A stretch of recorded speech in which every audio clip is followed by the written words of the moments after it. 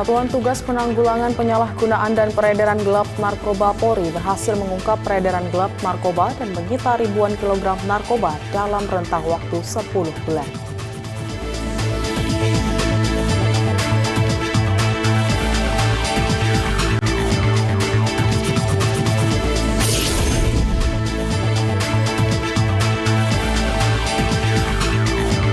Direktorat Tindak Pidana Umum Bareskrim Polri berhasil mengungkap pelaku kasus tindak pidana perjudian online dan pornografi sindikat internasional jaringan Taiwan.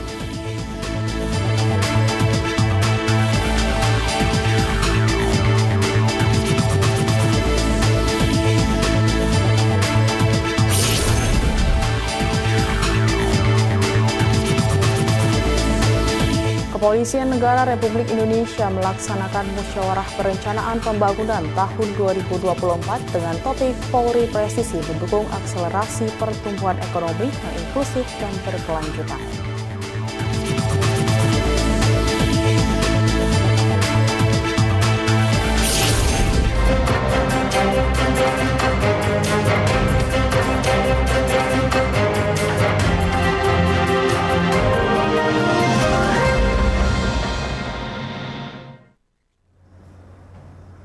Selamat pagi pemirsa, Presisi Pagi kembali hadir edisi Rabu 10 Juli 2024.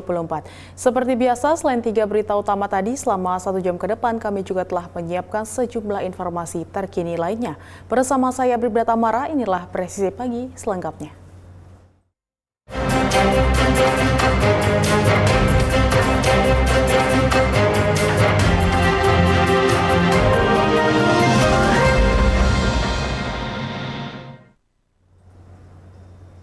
Satuan Tugas Penanggulangan Penyalahgunaan dan Peredaran Gelap Narkoba atau P3GN Polri berhasil mengungkap peredaran narkoba dan menyita ribuan kilogram narkoba dalam rentang waktu 10 bulan.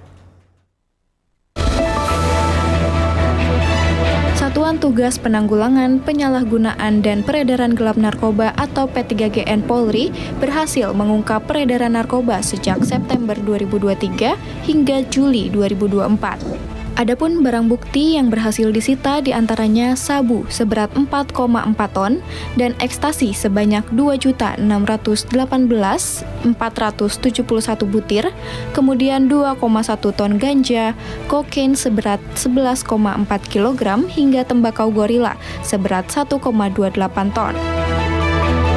Selain itu, Satgas P3GN Polri berhasil menangkap hampir 38.000 tersangka narkoba. Dari total tersangka tersebut, 31.880 orang sedang menjalani proses penyidikan dan 6.314 orang lainnya menjalani proses rehabilitas. Pada kesempatan ini, Kasatgas P3GN Polri, Irjen Pol Asep Edi Suheri menjelaskan, terdapat 7 kasus besar dalam 2 bulan terakhir yang berhasil diungkap oleh Satgas Penanggulangan Narkoba di tingkat Mabes dan Polda Jajaran. Sejak pembentukan Satgas ini, yaitu pada hari 1 September tahun 2023 hingga tanggal 9 Juli hari ini, 2024, Satgas Penanggulangan Peredaran Narkoba di tingkat Mabes Polri dan Polda Jajaran telah berhasil menangkap 38.194 tersangka. Sejak siaran pers kami yang terakhir yaitu pada tanggal 4 Mei tahun 2024 sampai dengan saat ini ada beberapa kasus menonjol yang berhasil diungkap oleh Satgas Penanggulangan Peredaran Narkoba di tingkat Mabes Polri dan Polda Jajaran. Dari pengungkapan kasus tersebut dapat kami sampaikan bahwa kami telah berhasil menambah jumlah jiwa yang terselamatkan sebanyak 15,6 juta jiwa. Kasatgas P3GN Polri, Irjen Pol Asep Edi Suheri menegaskan, Polri siap menindak tegas siapapun yang terlibat narkoba dan mengajak semua pihak untuk bersama-sama mewujudkan Indonesia yang bebas narkoba. Dari Jakarta, Ica Tanasya Willy Amanda melaporkan untuk Polri TV. Direktorat Tindak Pidana Umum Bareskrim Polri berhasil mengungkap pelaku kasus tindak pidana perjudian online dan pornografi sindikat internasional jaringan Taiwan pada Senin 8 Juli 2024.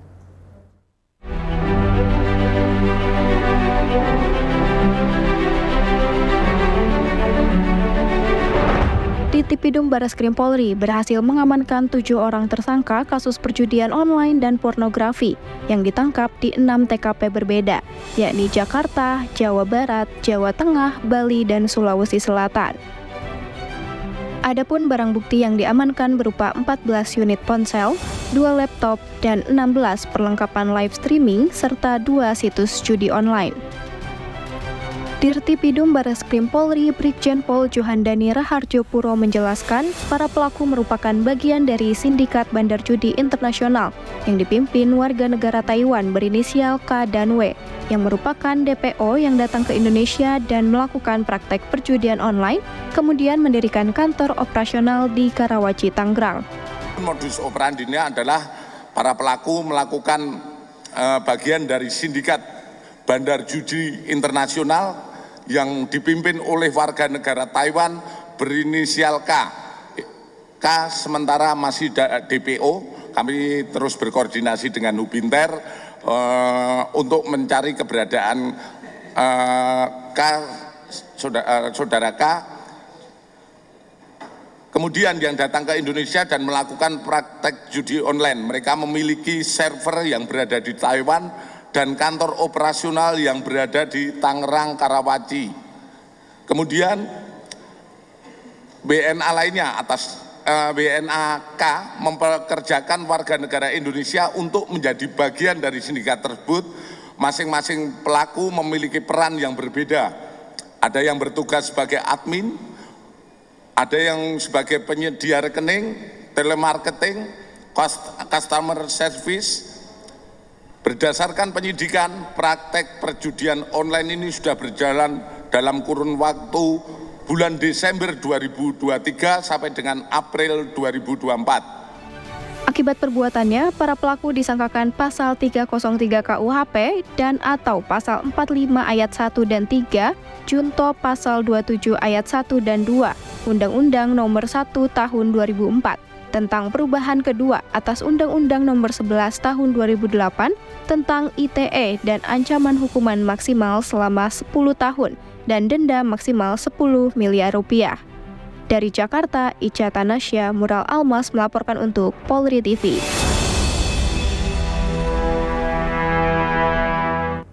Kepolisian Resor Metro Jakarta Timur menerima laporan kasus penipuan dan penggelapan dengan modus pencurian data pribadi yang digunakan untuk pinjaman online.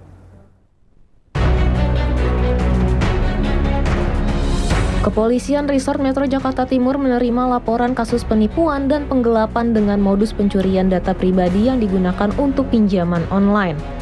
Kapolres Metro Jakarta Timur Kombes Pol Nicholas Ari Lilipali mengatakan, terlapor diketahui berinisial R, diduga melakukan modus operandi sebagai penyalur tenaga kerja di sebuah konter handphone di salah satu pusat perbelanjaan di kawasan Jakarta Timur. Terlapor R mencari mangsa dengan catatan bahwa korban nantinya dapat memberikan identitas aslinya dan membuat foto selfie dirinya dari setiap korban. Diketahui R sudah mengambil sebanyak 26 data pribadi para pelamar kerja yang ditipunya. Melakukan modus operandi berupa dia berlaga seperti penyalur tenaga kerja di kantor handphone. Dengan demikian dia mencari mangsa dengan catatan bahwa mangsa atau korban ini dapat memberikan identitas aslinya, KTP berupa KTP, dan membuat foto selfie dirinya dari setiap korban itu sendiri. Jadi dengan modus tersebut dia mendapatkan korban kurang lebih ada 26 orang dan jumlah kerugian 1 miliar lebih. Untuk langkah yang sudah dilakukan oleh Polres Metro Jakarta ini karena masih dalam tahap penyelidikan, maka kami telah memeriksa sebanyak 6 orang saksi, dalam hal ini adalah para korban, dan kami akan memeriksa terus para saksi lainnya. Dan selanjutnya kami akan memanggil para terlapor dalam hal ini 1 orang bernama Berinisial R tadi untuk diambil keterangannya sebagai saksi sesuai dengan berkat yang berlaku di Polri sesuai Perkap Nomor 6 Tahun 2019. Saat ini penyelidik Satreskrim Polres Metro Jakarta Timur telah memeriksa 6 orang saksi. Dalam hal ini, para korban dan selanjutnya memanggil terlapor untuk diambil keterangannya sebagai saksi. Untuk saat ini, sesuai dengan pemeriksaan para saksi, pihak terlapor R diketahui melakukan perbuatan penipuan ini seorang diri. Akibat perbuatannya, terlapor R dijerat pasal penipuan dan penggelapan. Dari Humas Polres Metro Jakarta Timur melaporkan untuk Polri TV. Polresta Sleman melalui Satreskrim Polresta Sleman berhasil mengamankan 2 pelaku tindak pidana kekerasan seksual yang beberapa bulan ini meresahkan masyarakat. Kasat Reskrim Polresta Sleman AKP Rizky Adrian didampingi Kasih Humas Polresta Sleman Ibtu Salamun mengatakan dalam tindak pidana kekerasan seksual ini petugas mengamankan 2 pelaku inisial IB 21 tahun asal Belati Sleman dan ASB 24 tahun asal Grobogan Jateng. Para pelaku tindak pidana kekerasan seksual ini beraksi di sekitar Jalan PJKA Tridadi Sleman dan daerah Pugong Kidul Melati Sleman. Akibat perbuatannya, kedua pelaku tindak kejahatan kekerasan seksual ini diancam dengan pasal 6 Undang-Undang Nomor 12 Tahun 2022 tentang TPKS dan pasal 281 KUH Pidana dengan pidana maksimal 4 tahun.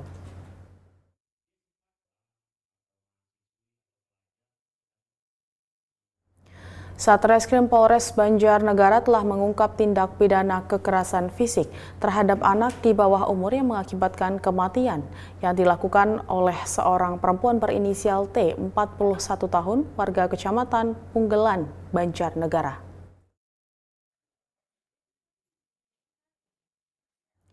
Kejadian tindak pidana tersebut terjadi pada tanggal 12 April 2024 lalu. Kapolres Banjarnegara AKBP Erik Budi Santoso mengatakan 3 hari setelah kejadian ada laporan masyarakat ke Polsek Punggelan terkait bayi yang meninggalnya tidak wajar. Dilanjutkan dengan penyidikan dan bayi tersebut diautopsi. Berdasarkan hasil autopsi, bayi tersebut berjenis kelamin perempuan dengan berat 3 kg. Bayi diduga masih hidup saat dilahirkan namun ditemukan tanda pembekapan. Pada tanggal 16 April 2024 tersangka ditangkap di rumahnya kemudian dibawa ke Polres Banjarnegara untuk dilakukan pemeriksaan. Setelah diperiksa dan cukup bukti kemudian dilakukan penahanan terhadap tersangka. Berdasarkan pemeriksaan, tersangka diketahui tega membunuh bayi yang baru dilahirkan karena bayi tersebut merupakan hasil hubungan gelap dengan pria idaman lain yang merupakan tetangga tersangka. Adapun barang bukti yang diamankan yakni 1 potong daster, 1 potong sarung, 1 buah ember, 1 lembar kartu keluarga, 1 lembar surat keterangan kematian jenazah bayi, dan 1 buah buku nikah. Akibat perbuatannya tersangka dijerat Undang-Undang Nomor 23 Tahun 2002 tentang Perlindungan Anak dengan ancaman hukuman 10 tahun penjara karena pelaku merupakan ibu kandung korban. Ancaman ditambah sepertiga hukuman sehingga tersangka terancam hukuman penjara maksimal 15 tahun.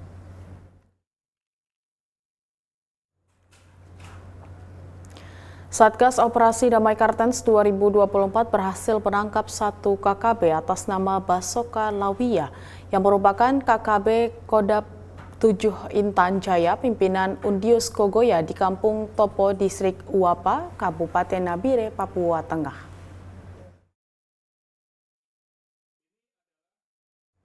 Kepala Operasi Damai Kartens 2024 Brigjen Pol Faizal Ramadhani mengatakan KKB Basoka Lawiyah ditangkap saat aparat gabungan Satgas Operasi Damai Kartens 2024 dan Polres Nabire serta Polsek Topo melakukan razia.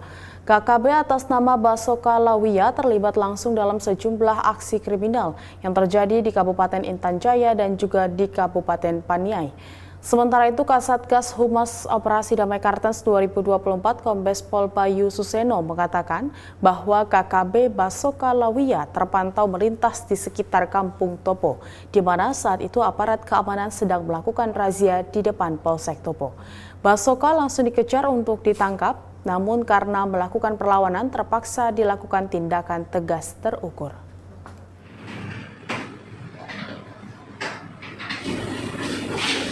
Ini adalah foto-foto KKB atas nama Basoka Lawia pada saat hidup, dan yang bersangkutan memiliki satu pucuk senjata api laras panjang. Namun pada saat kami lakukan upaya paksa, yang bersangkutan tidak membawa barang bukti senjata api tersebut. Perlu kami informasikan bahwa KKB atas nama Basoka Lawia ini merupakan KKB yang aktif melakukan beberapa gangguan Kamtibmas. Yang pertama yaitu terlibat langsung dalam aksi pembakaran rumah dinas ASN Kabupaten Intan Jaya yang terjadi pada tanggal 20 Januari 2024 di Kampung Mamba, Distrik Sugapa, Kabupaten Intan Jaya. Yang selanjutnya, KKB Basoka Lawia ini terlibat langsung dalam penangkapan dan penggeledahan terhadap kepala kampung Odiai, Distrik Paniai Timur atas nama Saudara Efraim Gobai, terjadi pada tanggal 6 Mei 2024. Sedangkan aksi yang ketiga, KKB Basoka Lawia ini juga terlibat dalam aksi penembakan dan pembakaran yang terjadi di Jalan Raya Madi, Kampung Uwibutu, Distrik Paniai Timur, Kabupaten Paniai pada tanggal 22 Mei 2024 yang lalu. Tetaplah bersama kami, Presisi Pagi akan segera kembali.